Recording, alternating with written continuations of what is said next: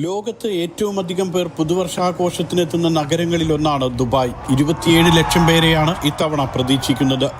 അതിനനുസരിച്ചുള്ള ഒരുക്കങ്ങളെല്ലാം നഗരത്തിൽ പൂർത്തിയായി. ചരിത്രത്തിൽ ആദ്യമായാണ് 40 ഇടങ്ങളിൽ വെടിക്കെട്ടും കരിമരുന്ന് പ്രയോഗങ്ങളും നടക്കുന്നത്. 7 രാജ്യങ്ങളിലെ പുതുവർഷപ്പിറവിക്കനുസരിച്ച് ഗ്ലോബൽ വില്ലേജിൽ 7 തവണ ആഘോഷങ്ങളും വെടിക്കെട്ടും ഉണ്ടാകും. ലോകത്തിലെ ഉയരമേറിയ കെട്ടിടമായ ബുർജ് ഖലീഫ തന്നെയാകും ആഘോഷങ്ങളുടെ പ്രധാന കേന്ദ്രം. രാത്രി 8 മണിയോടെ ബുർജ് ഖലീഫയ്ക്ക് മുന്നിലെ ആഘോഷങ്ങൾ ആരംഭിക്കും. ഇവിടെ മാത്രം 8 ലക്ഷത്തോളം പേർ ആഘോഷത്തിനെത്തുമെന്നാണ് കണക്കുകൂട്ടൽ. ദുബായ് മാളിലടക്കം വിവിധയിടങ്ങളിലായി 20,000-ഓളം പാർക്കിംഗ് കേന്ദ്രങ്ങളുണ്ട്. Al Asayel Street, Mustaqbal Street, Sheikh Mohammed bin Rashid Boulevard, Burj Khalifa Street തുടങ്ങിയവ വൈകിട്ട് 4 മണിക്ക് അടയ്ക്കും.